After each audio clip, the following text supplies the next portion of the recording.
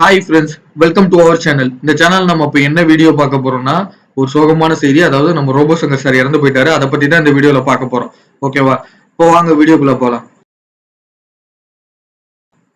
First நம்ம robot Shankar சாரை பத்தி பேசணும்னாலே அவரோட ஜேர்னி தான் நம்ம எல்லாருக்குமே ஞாபகம் வரும். ஓகேங்களா? அவரோட ஜேர்னி தான் ஞாபகம் வரும். அதாவது ஒரு சினிமா துறையில அவர் எவ்வளவு கஷ்டப்பட்டு படிப்படியா முன்னேறி இருக்காருன்றது அவரோட ஜேர்னியை பார்த்தாலே நமக்கு தெரியும். அதாவது கலக்க போவது யாரில் ஒரு கண்டஸ்டண்டா வந்து அதுல தன்னோட திறமையை ப்ரூவ் பண்ணி நல்லா பெஸ்டா பண்ணி அதுக்கப்புறம் கொஞ்சம் கொஞ்சமா சின்ன சின்ன வாய்ப்புகள் கிடைக்கும்ல. அவரோட உழைப்புனாலையும் விடாமுயற்சினாலையும் ரொம்ப கஷ்டப்பட்டு சின்ன சின்ன கதாபாத்திரங்கள் சினிமால நடிச்சு அதுக்கப்புறம் ஒரு நல்ல நல்ல அவரோட நடிப்பு திறமையை பாராட்டுற விதமா அவருக்கு நல்ல நல்ல கதாபாத்திரங்கள் கிடைச்சிச்சு. அதாவது எடுத்துக்காட்டா இதற்குத்தானே ஆசைப்பட்ட பாலகுமார் படத்துல ஒரு கேரக்டர் நடிச்சிருப்பாரு. அந்த கேரக்டர் நல்லா இருக்கும், நல்லா காமெடியாவும் நல்லா பண்ணியிருப்பாரு. முதல்ல நல்ல ரீச் கிடைச்ச சினிமால ஒரு நல்ல ரீச், அதாவது மக்கள் மத்தியில ஒரு நல்ல ஒரு பேரை சம்பாதிச்சு கொடுத்த படம்னா இதற்குத்தானே ஆசைப்பட்ட பாலகுமார். அந்த படத்துல தான் நம்ம ரோபோ சங்கர் சார் ஒரு நல்ல ரீச் கிடைச்சிச்சு. அவருக்கு அந்த சினிமால ஒரு நல்ல ரீச் கிடைச்சிச்சு. அதுக்கப்புறம் அவர் நிறைய படங்கள் நடிச்சாரு, நல்ல படங்களா அவர் நிறைய படங்கள் கொடுத்தாரு. அதுக்கப்புறம் மாரி படத்துல எல்லாம் அவர் வேற லெவல்ல காமெடி பண்ணி வேற மாதிரி பண்ணி வச்சிருப்பாரு. அதுக்கப்புறம் வேலைன்னு வந்துட்டா வெள்ளக்காரன் அந்த படத்துல வேற மாதிரி பண்ணி வச்சிருப்பாரு. அந்த மாதிரி படங்கள்லாம் வேற யார் நடிக்க வச்சாலுமே பொருந்தாது. ரோபோ சங்கர் சாருக்கு மட்டும்தான் அதெல்லாம் ஆப்டான மூவியா இருக்கும். அதாவது வேலைன்னா வந்துட்டா வெள்ளக்காரன் படத்துல அந்த ரிப்பீட்டடா ஒரு டைலாக் சொல்லிக்கிட்டே இருப்பார்ல, மறுபடியும் மறுபடியும் அவர் கோமாக்கு போயிட்டாருன்னு சொல்லிட்டு மறுபடியும் மறுபடியும் டைலாக் பேசிக்கிட்டே இருப்பார்ல. அந்த 10 வயசுக்கு போயிட்டாரு அப்படிலாம் ஒரு காமெடி வரும்ல. அதெல்லாம் இப்ப நினைச்சா கூட அதெல்லாம் நகைச்சுவை ரொம்ப நல்லா இருக்கும். ஆனா இப்படி ஒரு மனுஷனுக்கு இப்படி ஒரு நிலைமைன்றது ரொம்ப மனசு கஷ்டமா இருக்கு. அதாவது சினிமா இப்படி ஒரு மனுஷனை இழந்துருச்சோ, இப்படி ஒரு நகைச்சுவை கலைஞரை இழந்துருச்சோன்றதுதான் தோணுது. ஏன்னா இவரோட இடம் அப்படிப்பட்ட இடம். யாராலையுமே இவரோட இடத்த நிரப்பவே முடியாது. ஏன்னா இவர் நடிச்ச கதாபாத்திரங்களை பாருங்களேன். அந்த இடத்துல எந்த ஒரு நடிகரை போட்டாலும் எந்த ஒரு யார் நடிச்சிருந்தாலுமே அந்த இடத்துல இவர் அளவுக்கு பெர்ஃபெக்டா பண்ணிருக்க முடியுமான்னு கேட்டீங்கன்னா டவுட் தான்.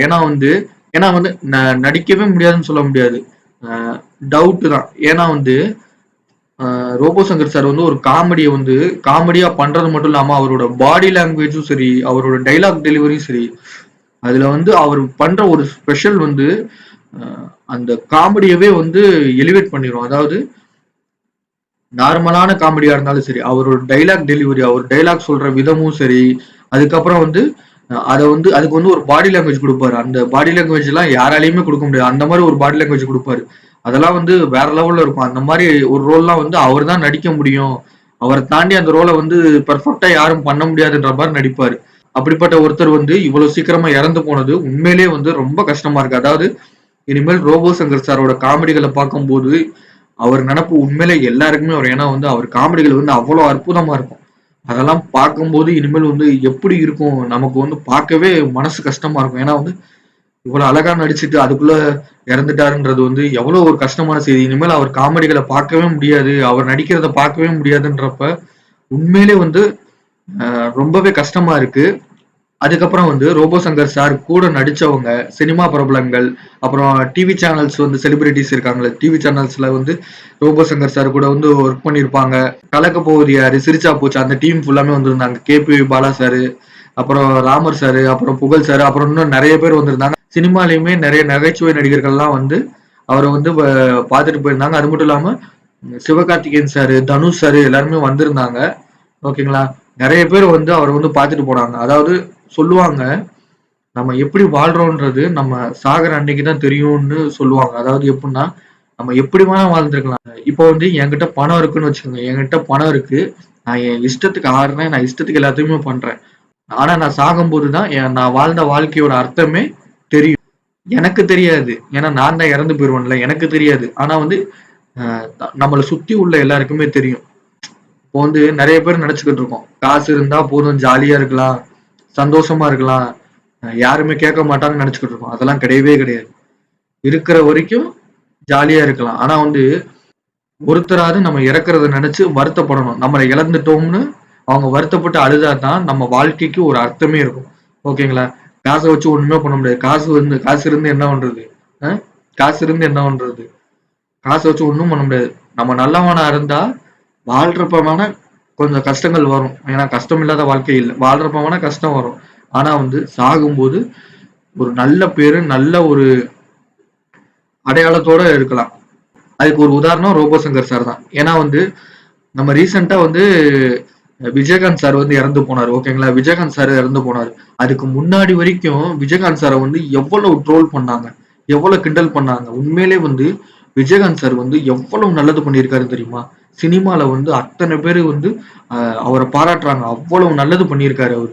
அத்தன பேருக்கு சாப்பாடு போட்டிருக்காங்க. எல்லாத்தையுமே வந்து கூட பொறந்தவங்களா, தன்னோட நண்பர்களா பார்த்தவர் தான் விஜயகாந்த் சார்.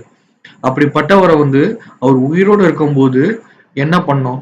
அ எல்லாருமே ட்ரோல் பண்ணாங்க. ஓகேங்களா? எல்லாருமே ட்ரோல் பண்ணாங்க. உண்மையிலேயே அவர் இறந்தப்ப தான் தெரிஞ்சுச்சு. அவரு வந்து எப்படிப்பட்டவரு, அவரு எப்படி இருந்திருக்க வேண்டியவர்ன்றது, அ அவர் இறந்தப்ப தான் தெரிஞ்சுச்சு. ஏன்னா வந்து அதுக்கு முன்னாடி வரைக்கும் அவர ட்ரோல் பண்ணி, அவர் பாவம் அவர் வாழும்போது வாழவே விடல. ரொம்ப ட்ரோல் பண்ணி அவர மொடக்கிட்டாங்க எல்லாருமே உண்மையிலே. அவர் இறக்கும்போது தான் தெரிஞ்சுச்சு. அவர் எவ்வளவு நல்லது பண்ணியிருக்காரு. அவர் எப்படி ஒரு மனுஷன். அவர வந்து நம்ம தங்கத்துல வச்சு தாங்கியிருக்கணும். ஆனா வந்து அவர நம்ம கை விட்டுட்டோம். ஓகேங்களா? இந்த மாரி நெறைய பேர் வந்து வாழும்போது கஷ்டப்படுறாங்க. ஆனா சாகும்போது தான் அவங்கள பத்தியே நமக்கு நெறைய விஷயங்கள் புரியுது. அது நம்ம தப்பா? இல்லாட்டி யார் தப்புன்னு தான் நமக்கும் தெரிய மாட்டேங்குது. இத ஏன் இப்ப நான் சொல்ல வரேன்னா, ரோபோ சங்கர் சாருக்கு வந்து அத்தன பேர் வந்திருக்காங்க. சினிமால நடிச்ச ஏகப்பட்ட பேரு.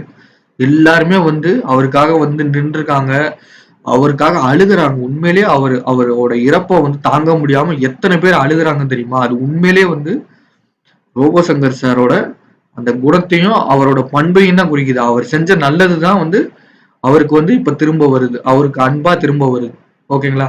சரி இப்போ ஓகே. இப்போ வந்து ரோபோ சங்கர் சார் வந்து அவருக்கு வந்து என்ன ஆச்சு? என்ன ஆச்சுன்னு பார்த்துக்கிட்டீங்கன்னா, அவர் வந்து கொஞ்ச நாளாவே மஞ்சா காமாலைனால பாதிக்கப்பட்டிருந்தாரு. நம்ம எல்லாருக்குமே தெரியும். அவர் வந்து முன்னாடி வந்து நல்லா இருப்பாரு. அதுக்கப்புறம் வந்து உடல் எடையெல்லாம் குறைஞ்சு நல்லா ஒல்லியா ஆனாரு. ஓகேங்களா? அது கூட மஞ்ச காமாலைனால உடம்பு ஒல்லியாயிருச்சு அப்படின்ற மாரிலாம் சொல்லியிருந்தாங்க. அதுக்கப்புறம் வந்து இப்ப ரீசென்ட்டா வந்து சமீபத்தில வந்து ரெக்கவர்லாம் ஆயிட்டாருன்ற மாரி சொன்னாங்க. முழுசா ஆகலைனாலும் ஓரளவுக்கு ரெக்கவர் ஆகிக்கிட்டே இருந்தாருன்ற மாரி சொன்னாங்க. இப்ப ரீசென்ட்டா ஷூட்டிங்ல இருக்கும்போது மயங்கி விழுந்திருக்காரு. ஹாஸ்பிட்டலுக்கு கொண்டு போய் சேர்த்திருக்காங்க. அதுக்கப்புறம் வந்து ட்ரீட்மெண்ட்ல வந்து இறந்திருக்காரு. இதுக்கு முக்கியமான காரணம் என்னன்னா, ரோபோ சங்கர் சாருக்கு குடிப்பழக்கம் இருந்துச்சு. அதாவது வந்து இப்ப இல்ல, முன்னாடி இருந்துச்சு. மஞ்சக்காமல வர்றதுக்கு முன்னாடி அவருக்கு இருந்துச்சு. அத வந்து அவரே வந்து சில இன்டர்வியூஸ்லயும் சொல்லியிருக்காரு. எனக்கு குடிப்பழக்கம் இருந்துச்சு. அத நான் விட்டுட்டேன்ற மாரிலாம் சொல்லியிருக்காரு ரோபோ சங்கர் சாரு. ஆ அதுதான் வந்து அவருக்கு வந்து அந்த மஞ்சக்காமல வர்றதுக்கு ஒரு பெரிய ரீசனா இருந்திருக்கும்னு நெனைக்கிறேன். அது மட்டும் கிடையாது. ஆனா அதுவும் ஒரு காரணமா இருக்க வாய்ப்பு இருக்கு. ஏன்னா வந்து மஞ்சக்காமல வரவங்க மேக்ஸிமம் வந்து குடிப்பழக்கத்தினால தான் அதிகமா வரும்னு சொல்லுவாங்க. ஓகேங்களா? அந்த லிவர் பாதிக்கப்பட்டு அது மூலியமா வர்றதுதான். அதனால வந்து அ பார்த்தீங்களா, ஒரு குடியினால வந்து எவ்வளோ பிரச்சனை. அதாவது ஒரு நல்ல ஒரு நகைச்சுவை நடிகர வந்து நம்ம இழந்துட்டோம். அதாவது அவர் இடத்த நிரப்புறதுக்கு இங்க ஆள் இல்ல. அந்த அளவுக்கு இருக்கும். அவரோட நடிப்பு திறமை வந்து அந்த அளவுக்கு இருக்கும். அவரு அவ்வளோ அழகா நடிச்சிருக்காரு. அப்படிப்பட்ட ஒருத்தர் இறந்ததுக்கு இப்ப காரணம் என்னன்னு பார்த்தீங்கன்னா, இந்த குடிப்பழக்கமும் ஒரு காரணமா இருக்கு. அதனால வந்து இந்த குடிப்பழக்கத்த வந்து மேக்ஸிமம் எல்லாருமே தவிர்த்துக்கங்க. அ அவாய்ட் பண்ணிக்கங்க. ஏன்னா வந்து பார்த்தீங்களா, அதனால வந்து அ எப்படிப்பட்ட பிரச்சனைலாம் இருக்கு பார்த்தீங்களா? இப்படிப்பட்ட ஒரு நல்ல நபர். அதாவது அவர் வந்து ஒரு நல்ல மனுஷன். அதாவது நம்ம எல்லா இடத்துலயும் பார்த்திருப்போம். அவர் வந்து நடிக்கும்போதும் சரி, அ விஜய் டிவி ஷோஸ்க்குலாம் வருவாரு. கண்டஸ்டன்டாவும் வந்திருக்காரு, ஜட்ஜாவும் இருந்திருக்காரு. அப்பலாம் வந்து அவர் எவ்வளோ அழகா ஜாலியா பேசுவாரு. தன்ன ஒருத்தவங்க கலாய்ச்சா கூட அத அக்செப்ட் பண்ணிக்குவாரு. அவ்வளோ பெரிய இடத்துல இருக்கவங்க யாருமே தன்ன ஒருத்தவங்க கலாய்ச்சா ஏத்துக்க மாட்டாங்க. ஆனா வந்து அவர் வந்து அதையும் அக்செப்ட் பண்ணிக்கிட்டு, அவங்க கூட இவரும் ஈக்குவலா போய் கலாய்ச்சு ஜாலியா அவ்வளோ அழகா இருப்பாரு. இப்படிப்பட்ட ஒருத்தர் வந்து நம்ம இழந்தது வந்து உண்மையிலேயே வந்து ரொம்ப கஷ்டமான செய்தி. அ உண்மையிலேயே வந்து இனிமேல் யாருமே ஆல்கஹால் வந்து யூஸ் பண்ணாதீங்க. அத முடிஞ்ச அளவுக்கு தவிர்த்துருங்க. ஓகேங்களா? சரி ஓகே. அ பாய்.